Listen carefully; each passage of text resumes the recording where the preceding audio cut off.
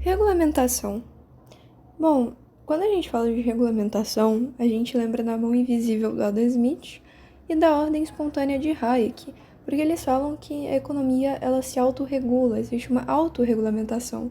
Ou seja, você não precisa de uma regulação específica que dite como devem ser as relações no âmbito econômico, ou que imponha limites para a economia, ou que interfira nela de alguma forma, porque a mão invisível e a ordem espontânea elas fazem isso de forma automática. Então você não precisa de nenhum mecanismo que interfira nisso, que nesse caso seria a regulamentação. Geralmente pode ser que essa regulamentação ela tente padronizar determinado serviço ou produto, então ela tende a essa padronização. A regulamentação ela visa o interesse geral, sempre. A gente vê que o Estado ele assume a regulamentação e toda a regulamentação do Estado é uma lei. Ela também vai ser escrita e algo interessante é que a regulamentação ela visa, Elas são práticas de lobismo, de lobby. Isso é até mesmo um sinônimo que é usado para regulamentação, que seria o lobby, em que, por exemplo, o Estado ele vai favorecer uma empresa.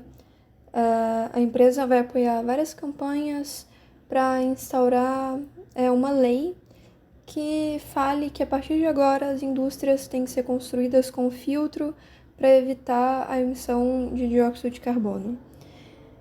Só que isso só vale para as empresas novas. O Estado, como ele fez essa regulamentação, ele vai estar sendo reconhecido, por fornecer o bem comum. E a empresa, a indústria, que já estão ali, que ainda não foram criadas, elas vão ser beneficiadas, porque enquanto elas vão ter um custo pequeno, porque elas vão continuar emitindo carbono, as novas indústrias que estiverem sendo implantadas, elas vão ter um custo maior para colocar esse filtro. Então, você vê que essa regulamentação, essa prática de lobby, não é nada mais, nada menos do que uma empresa que está sendo beneficiada e o Estado que também está sendo beneficiado ao criar aquela regulamentação. A regulamentação ela tende a ser detalhada. Por exemplo, uma regulamentação falando do carro popular. Você vai ter um monte de regrinhas falando, por exemplo, coisas relacionadas com a qualidade dele, com a segurança, com a padronização. Assim, você vai ter uma série de fatores, uma série de detalhamentos. E é isso que vai justamente identificar o nível mínimo de qualidade, de segurança e de padronização, como eu disse anteriormente. Então, você tem que criar incentivos para depois as pessoas modifiquem seu comportamento voluntariamente. Ou seja, uma regulamentação um incentivo que é uma regulamentação que obrigue que todos os carros que sejam fabricados tenham cinto de segurança. Se você tem outra regulamentação falando que é obrigatório o uso de cinto de segurança, se todos os carros que as pessoas entram têm um cinto, ela vai ser de forma indireta induzida a utilizar aquele cinto de segurança. Então, é justamente modificar o seu comportamento voluntariamente. Ela é bem detalhada. O que seria a regulamentação genérica? É aquela que é, por exemplo, a idade indicativa para ver um filme, a idade para ver um filme no cinema. Isso são regulamentações bem genéricas. E quais são os tipos de planejamento? Bom, a gente tem um planejamento detalhado. Ele vai gerar um aumento no custo da produção e do serviço. Um exemplo é a própria pandemia. Durante a pandemia, teve regulamentação, que obrigava os estabelecimentos a terem álcool em gel, a higienizarem as coisas. Enfim, teve um planejamento todo detalhado para o combate do coronavírus. E, por exemplo, uma pessoa que no supermercado trabalhava para ajudar os clientes, e favorecer que aquele cliente faça uma compra e que a empresa ganhe mais dinheiro. Esse funcionário ele vai trocar de setor, ele vai ser responsável por higienizar as coisas, contar o número de pessoas que estão entrando e saindo, para ter a quantidade máxima lá. Ele vai ser colocado em uma função que não vai ser tecnicamente uma função que vai gerar lucro para aquele supermercado, por exemplo. Então, esse planejamento detalhado ele vai gerar um aumento de custo da produção de serviço. Porque como o supermercado vai ter menos dinheiro, porque o funcionário foi, o trabalho dele foi para outro setor, o que vai acontecer? Bom, o supermercado está ganhando menos dinheiro, então ele vai aumentar o preço dos produtos. Então, acaba saindo caro para todo mundo. Esse que seria o planejamento detalhado. O planejamento indicativo, sem coerção, é a idade mínima para o cinema, por exemplo. Um tipo de regulamentação genérica é o planejamento indicativo, que é justamente o que eu acabei de falar, que seria a idade mínima para ir ao cinema. Planejamento para criar mais competição. O que é o CAD? O CAD ele monitora o crescimento das empresas para limitar o crescimento delas e para ter um cenário a favor da competição, A competição entre outras empresas. Então, a regulamentação, ela também pode ter um planejamento para criar competição entre as coisas, entre as empresas, etc. Ela também pode ter um planejamento privado, que seria a bolsa de valores e o mercado de ações. Então, uma regulamentação de planejamento privado seria o mercado de ações. Custos. Toda regulamentação gera um custo. É o mesmo efeito de uma taxa. Bom, você tem o custo de orçamento, o custo de cumprimento, que seria, por exemplo, aumentar funcionários específicos. Você colocou uma regulamentação e viu que, além do orçamento, precisava aumentar funcionários para que aquela regulamentação desse certo. Custos ocultos. É algo que você não prevê que aconteça. Então, acontece algum problema ali e você vai ter que fazer uma negociação, porque teve um custo que você acabou não prevendo. Então, realmente, esses custos são imprevisíveis. Bom, tem 3 tipos de custos de cumprimento. Custos administrativos, que tem a ver com documentação e o tempo que é perdido. Controle de preços, que seria a regulamentação, o custo de cumprimento, seria colocar o valor máximo do valor de um produto. E qual seria o custo de cumprimento aí? O indivíduo ele vai ter que colocar o preço no produto dele no máximo que está na regulamentação. Isso vai ser um custo para ele, porque ele não vai poder ultrapassar esse valor. Então, realmente, percebe-se que isso é um custo muito grande para a pessoa. Outro tipo de custo de cumprimento é regulação ambiental e redução de risco, que seria, por exemplo, o impacto da vizinhança. Para você construir algo, uma empresa quer construir algo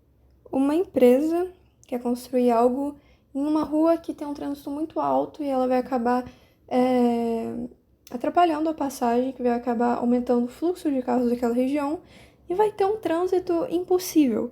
Então, um custo de cumprimento seria justamente a alternativa que essa empresa teria que procurar para não atrapalhar o trânsito e não ter esse impacto na vizinhança. E isso vai ser algo custoso. Justamente porque essa empresa vai ter que procurar uma alternativa de facilitar isso, contribuir para que esse trânsito não piore. Então, analisando tudo isso, o que seriam os custos de cumprimento? Vai ter os custos administrativos, com documentos e o tempo. Vai ter o custo de controle de preços, porque se existe um valor máximo do valor de um produto, você não vai poder ultrapassar dele, então já vai ser um custo para você. Outro tipo de custo é a regulação ambiental e redução de risco. Porque pode ser que você não consiga construir alguma coisa naquele local justamente porque aquilo vai trazer um impacto na vizinhança, que seria de aumentar o trânsito. Então acaba sendo um custo para você. Principalmente se o Estado permite que você faça isso, mas que você crie uma outra estratégia, uma outra área que os carros possam passar e que diminua aquele trânsito. Então, de qualquer forma, vai ser um custo para você. Isso é sem dúvidas. Custos e consequência. Bom, a gente vai ter o regulador, o regulado e o consumidor. A autoridade reguladora não paga os custos. Quem vai pagar os custos é o regulado. E o regulado vai pagar esses custos com o consumidor. Para controlar a ação do agente regulador, o regulado faz o lobby com ele. Ou seja, um exemplo de política.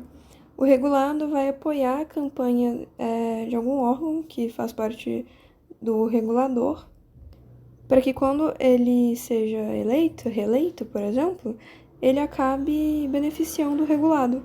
Então, para controlar a ação do agente regulador, o regulado vai fazer o lobby com ele, que é justamente essa troca de benefícios, né? Porque ele vai se beneficiar, né, de alguma forma, e o regulador vai se beneficiar, no caso da campanha, porque vão ter várias campanhas, né? Fazendo com que ele seja reeleito, fazendo propaganda dele, de como ele é um bom político. Enfim, os dois vão acabar se beneficiando nisso. Porque possivelmente o regulador vai criar alguma regulamentação que favorece o regulado. Então eu volto. Para controlar a ação do agente regulador, o regulado faz o lobby com ele, que é justamente isso. O que é o lobismo? O lobismo, ele tem custos difusos e benefícios concentrados. O regulador vai ter um benefício concentrado, por exemplo, de ser reeleito, e o regulado, benefício concentrado de ter os benefícios dele, né? No caso, alguma regulamentação que favoreça ele. E os custos são difusos também, né? Existe hoje a tendência do aumento de regulação, ou seja, aumento do poder do Estado, porque é por meio da regulação que o Estado exerce poder. As agências reguladoras, né, elas também estão se expandindo. Observa-se assim, se você tem uma regulamentação muito alta, você aumenta muito a regulamentação, vai aumentar o valor, vai aumentar a exigência e vai diminuir a competição, vai diminuir a liberdade. Ou seja, algumas empresas pleiteiam a regulação e a competição diminui, porque essa regulação vai gerar um valor muito alto. E se tem um valor muito alto, você tem uma competição menor. Existe uma consequência desses custos, né? É justamente a padronização. E que nem eu disse anteriormente, o aumento do nível de exigência, né? Justamente porque a competição diminui. Agora, algumas pontuações. A regulação funciona? Bom, essa é uma pergunta que não tem resposta. E ela tem consequências não intencionais, como, por exemplo, diminuir as transações, diminuir a liberdade também. A regulamentação tem altos custos, ela também tem lentidão por causa dos processos documentais, ela pesa mais sobre os pequenos negócios, que têm menor capacidade de proteção de interesses, ou seja, eles têm maiores dificuldades de fazer um lobby. Que geralmente o lobby vai acontecer entre empresas, grupos, enfim, de grande influência econômica, com algum tipo de influência, geralmente os maiores, com órgãos do Estado, por exemplo. Isso porque, no caso de pequenos negócios, a capacidade de engajar-se em atividades de lobby pode ser mais limitada devido a recursos financeiros e de pessoal mais restritos em comparação com as grandes corporações. E como que isso se relaciona com o lobby? É justamente porque grandes empresas têm mais recursos financeiros para influenciar a criação de leis e regulamentações em seu favor. Então, pequenos negócios, pequenas corporações, elas não vão ter tempo, ou às vezes nem recursos financeiros, para influenciar uma criação de uma lei ou regulamentação a seu favor. Então, justamente por isso, é um dos fatores, na verdade, que faz com que a regulamentação tenha um peso maior sobre os pequenos negócios. Existe a assimetria informativa, que é quando pequena parcela da população sabe de algo, então ela tem vantagens. É o que a gente chama de informação privilegiada. Por exemplo, se um regulador fornece uma informação privilegiada para algum regulado, esse regulado, como ele tem aquela informação, ele pode fazer algo que acabe influenciando ele mesmo. E isso foi justamente por causa da assimetria informativa. Bom, a gente vai ter o capture, que é justamente quando o agente regulado domina o agente regulador. E se você tem uma situação dessas, pode ser que exista uma assimetria informativa. Por quê? Porque esse agente regulador está sendo dominado pelo regulado, ele vai criar alguma regulamentação ou vai fornecer uma informação privilegiada para o agente regulador. E assim, vai ter tanto a simetria informativa quanto o capture, que é quando o agente regulado domina o agente regulador. Em relação, voltando para a regulamentação em si, vai ter concentração de poder, ou seja, grandes empresas vão estar dominando, grandes empresas vão ter concentração de poder econômico e político justamente por causa da influência nelas. Falta de responsabilidade individual, ou seja, não é o indivíduo que é culpado por alguma coisa que não deu certo, é a empresa, enfim, é o coletivo. Tem a questão do conhecimento, que é a política de transparência. Quem cria essas leis, por exemplo, a gente sabe quem são os legisladores, ou quem criou determinada regulamentação, a gente sabe de tudo isso, tem esse conhecimento. Agora, a pergunta final, quem controla o controlador? Essa é outra pergunta que não tem resposta. Aprofundando o capture, quando uma regulamentação surge, é mais provável que beneficie os insiders ou os outsiders? Bom, isso vai realmente depender do contexto. Capture, bom, é o que a gente falou, regulado captura regulador, pode ser de forma ilegal, por propina ou pressões. Existe a assimetria informativa, em que um cede informação privilegiada para o outro. Pode ser também que o regulador trabalhava naquele setor. Então, eu sou regulador, eu trabalho nesse setor de internet. E agora, como eu sou regulador, eu vou beneficiar o setor que eu trabalhava, que eu conheço o pessoal, enfim, uma série de fatores. Ou pode ser porque eu pretendo trabalhar naquela área futuramente. Então, eu vou começar a beneficiar as pessoas daquela área para depois elas me derem um cargo bom, né? Elas vão me dar um cargo melhor do que esse, provavelmente. Justamente porque eu criei essa regulamentação em benefício delas, porque eu pretendia trabalhar naquele setor.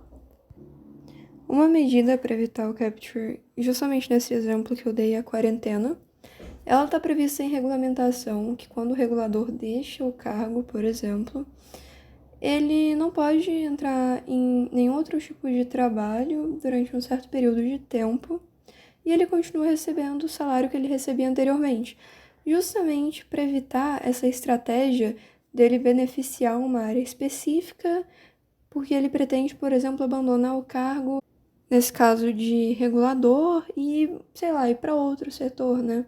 A gente teve isso no Brasil, que o Ministério da Fazenda, ele trocou, ele saiu de lá e foi justamente para um banco em que antes ele estava beneficiando esse banco, só que assim que ele saiu do cargo de regulador, né, no Ministério da Fazenda, ele chegou no banco como vice-presidente, enfim.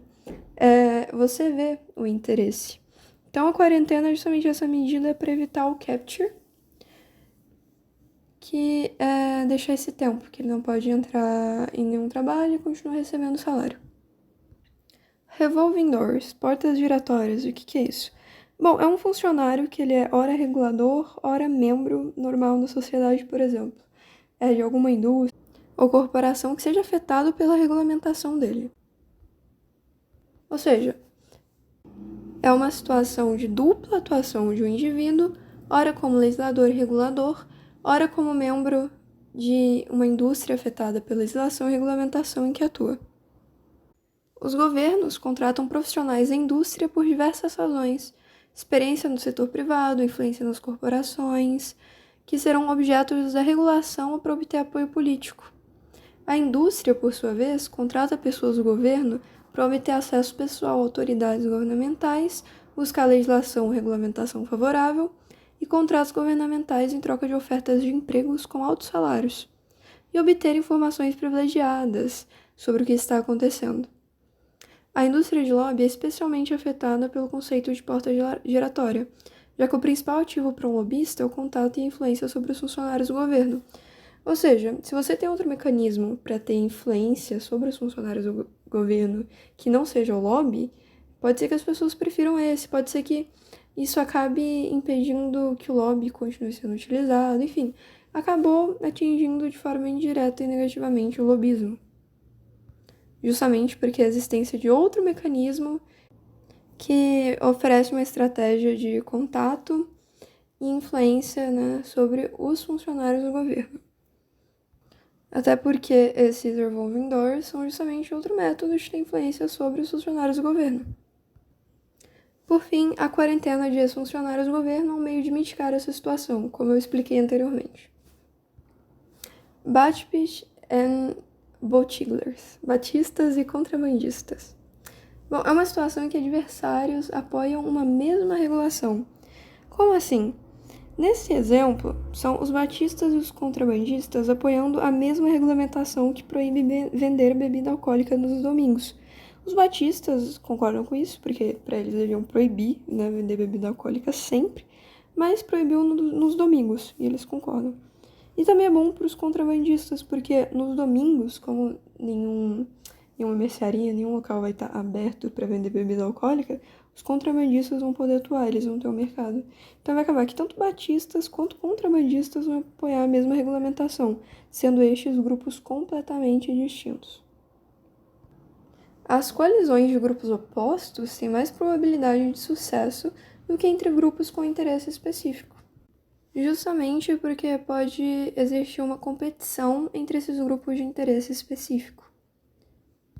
O último conceito é o money for nothing, que é justamente, muitas vezes as empresas pagam agentes políticos não para obterem favores diretos na legislação, mas para evitarem a mudança de uma legislação existente que lhes é favorável. O que significa money for nothing? Dinheiro gasto em troca da inação dos políticos, ou seja, a omissão. Um exemplo é, um legislador foi aprovada uma regulamentação que ele fez de que as indústrias poluidoras vão ter que instalar um filtro, todas elas, a partir de tal dia, enfim, isso vai gerar um custo enorme para elas. Então, essas indústrias poluidoras gigantescas vão chegar no legislador, né, e vão perguntar: você está precisando de quanto para não fazer essa lei, né? Ou seja, eles vão comprar a omissão de quem fez essa regulamentação em troca de dinheiro. Então, eles vão pagar e quem regulamentou, quem fez essa lei, vai omitir, vai fingir que ela nunca existiu, basicamente. Um exemplo que a gente tem no Brasil é a regulação das mídias, que falaram que iam criar, né, chegaram a desenvolver uma regulamentação sobre regulação das mídias.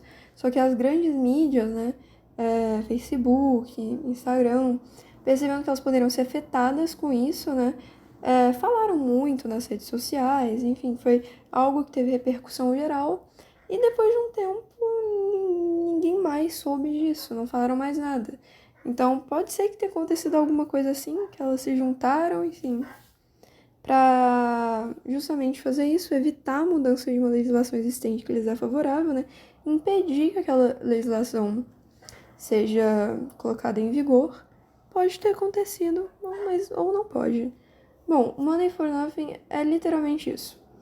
É o dinheiro gasto em troca da omissão dos políticos, que é para evitar a mudança de uma legislação existente que lhe é favorável. Isso é justamente o money for nothing.